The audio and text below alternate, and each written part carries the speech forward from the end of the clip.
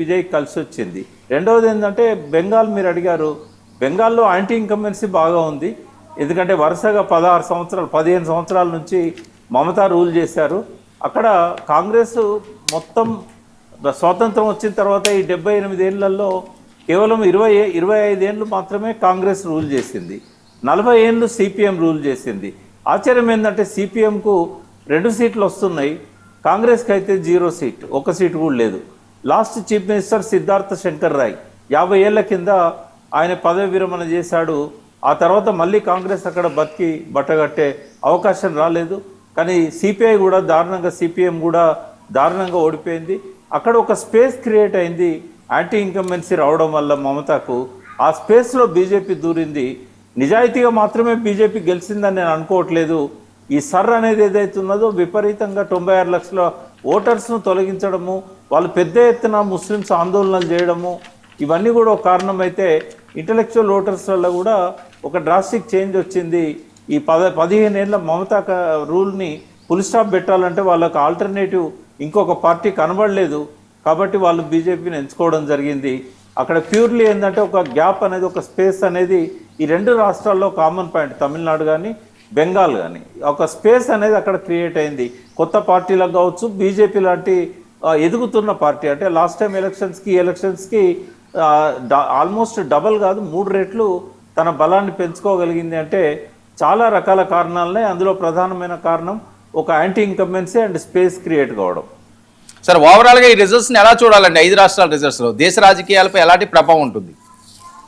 BJP చాలా బలపడుతుంది అనేది ఒక సంకేతం మనకు కనబడుతుంది. ఎందుకంటే ఒకసారి వెస్ట్ బెంగాల్లో కూడా వాళ్ళు పై చేయి సాధించారంటే ఇంకా తిరిగి ఉండదు. నెక్స్ట్ 15-20 ఇయర్స్ వరకు ఇంకా వేరే పార్టీ కేంద్రాన్ని రూల్ చేస్తుందని నేనైతే అనుకోవడం లేదు.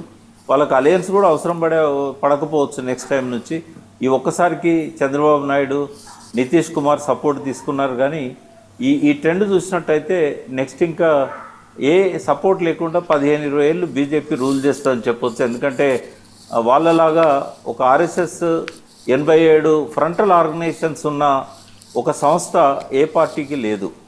రెండవది, ఆ సంస్థలో పనిచేసే వాళ్ళంతా డెడికేటెడ్, పెళ్ళిళ్ళు కూడా చేసుకోకుండా పనిచేసే కార్యకర్తలు. హిందుత్వం అనేది నరనరాన జీర్ణింపజేస్తున్నారు.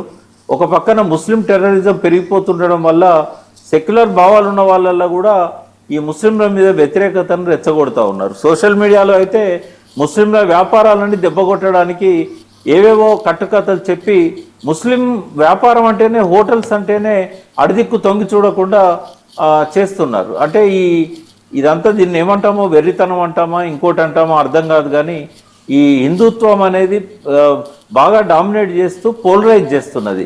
బెంగాల్ లాంటి కాడ హిందువులను పోలరైజ్ చేశారంటే ఇక భారతదేశంలో వాళ్ళు ఎక్కడైనా చేయగలుగుతారు. ఎంతో కొంత నార్త్ వ్యతిరేకమైన కల్చర్ ఉన్న తమిళనాడును కూడా ఇవాళ కల్చర్తో పోయి విజయ్ లాంటి వాళ్ళు వచ్చారంటే రేపు విజయ్ అనేవాడికి సిద్ధాంతాలు ఏముంటాయండి? వాడు రేపు బీజేపీకి సీటు తక్కువ అయితే కూడా బీజేపీకి సపోర్ట్ చేస్తాడు. ఇదివరకు కేంద్రంలో ఏ ప్రభుత్వం ఉన్నా కూడా పోటీలు పడేవాళ్ళు ఆ ప్రభుత్వంలో భాగం కావడానికి. ఇక డిఎంకే కరుణానిధి ఉన్నప్పుడు, అదేవిధంగా జయలలిత ఉన్నప్పుడు, ఎంజీఆర్ ఉన్నప్పుడే పోటీలు పడి మద్దతు ఇచ్చారు కేంద్ర ప్రభుత్వాలకు. ఎందుకంటే వాళ్ళ రాష్ట్ర ఇంట్రెస్ట్లను కాపాడుకోవడానికి. కాబట్టి విజయ్ లాంటి వాడికి ఎటువంటి సిద్ధాంతాలు ఉండవు. ఖచ్చితంగా కేంద్రంలో బీజేపీ రేపు అధికారానికి సీట్లు తక్కువైతే విజయ్ లాంటి వాళ్ళు మద్దతుగా నిలుస్తారు. మరో పక్కన కేరళలో కాంగ్రెస్ వచ్చినా కూడా పెద్దగా సంతోషించాల్సింది ఏం లేదు. ఎందుకంటే మిగతా రాష్ట్రాల చావు దెబ్బతిన్న తర్వాత అక్కడ నిలబెట్టుకునేది ఇప్పుడు అస్సాం ఉంది. మొదటి నుంచి కాంగ్రెస్ కంచుకోట, వరుసగా 3వసారి బీజేపీ అక్కడ పైచేయి సాధించింది. అంటే కేవలం పెన్షన్లో లేకుంటే అష్యూరెన్సెస్ కాదు, కాంగ్రెస్ వైఫల్యం అనేది, లీడర్షిప్ వైఫల్యం అనేది కొట్టొచ్చినట్టు కనబడుతుంది. ఇప్పటికైనా ఆ ఫ్యామిలీ రూల్ను పక్కకు పెట్టి వాళ్ళు ఎమినెంట్ పర్సనాలిటీస్ ఉన్నారు అందులో కాంగ్రెస్ పార్టీలో, వాళ్ళకు కనుక నాయకత్వం ఇచ్చినట్టయితే కనీసం ఆ ఫ్యామిలీ పోయినా పార్టీ బతుకుతుంది. కానీ వాళ్ళ ఆలోచనలు వాళ్ళకు లేనట్టున్నాయి. సీనియర్స్ అందరినీ క్రమక్రమంగా దూరం చేసుకుంటున్నారు. యంగ్ లీడర్షిప్ను కూడా ఎలివేట్ చేయడం లేదు. కాలం చెల్లిన వాళ్ళందరినీ ఇన్ఛార్జీలుగా పంపుతున్నారు. ఇక వాళ్ళంతా కరప్టెడ్ పీపుల్ కూడా. ఇవన్నీ కూడా చూసిన తర్వాత ఈ దేశంలో సెక్యులరిజం అనేది రాబోయే రోజుల్లో కనబడదు. కేవలం మతతత్వం హిందూ తత్వమే రాజ్యం ఏలబోతున్నది.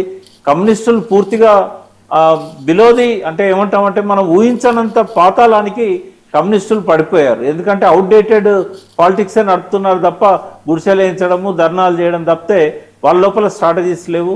బట్ 87 బాహువులతోని ఇవాళ ఆర్ఎస్ఎస్ అనేది ఇవాళ భారతదేశం మీద విజృంభిస్తున్నది. వాళ్ళన్న హిందుత్వం వైపే ప్రజలందరినీ కూడా నెడుతున్నారు. రాబోయే రోజులు ఇంకో 20 ఏళ్ళు అయినా కూడా మనకి ఇష్టం ఉన్నా లేకున్నా బీజేపీ దేశాన్ని రూల్ చేయబోతుంది అనేది ఈ 5 రాష్ట్రాల ఎన్నికలతో మనకు స్పష్టంగా కనబడుతున్నది. కేరళలో వాళ్లకు అవకాశం లేకపోయినా, తెలంగాణలో అవకాశం లేకపోయినా మిగతా అన్ని రాష్ట్రాలల్లో వాళ్ళు రాబోయే రోజుల్లో రాష్ట్రంలో అధికారంలోకి వస్తారు, సంకీర్ణ ప్రభుత్వాలను ఏర్పాటు చేస్తారు. తెలంగాణ అండ్ కేరళ మాత్రం బహుదూరంలో ఉన్నాయి. బహుశా ఈ 2 రాష్ట్రాలే చివరి రాష్ట్రాలు అవుతాయి బీజేపీకి ఒకవేళ అధికారంలో దేశం అంతా విస్తరించాలంటే. Right sir, thank you so much అండి ప్రకాష్ గారు. Thank you. ఇక మనతో పాటుగా ఎంజీ రావు గారు కూడా ఉన్నారు.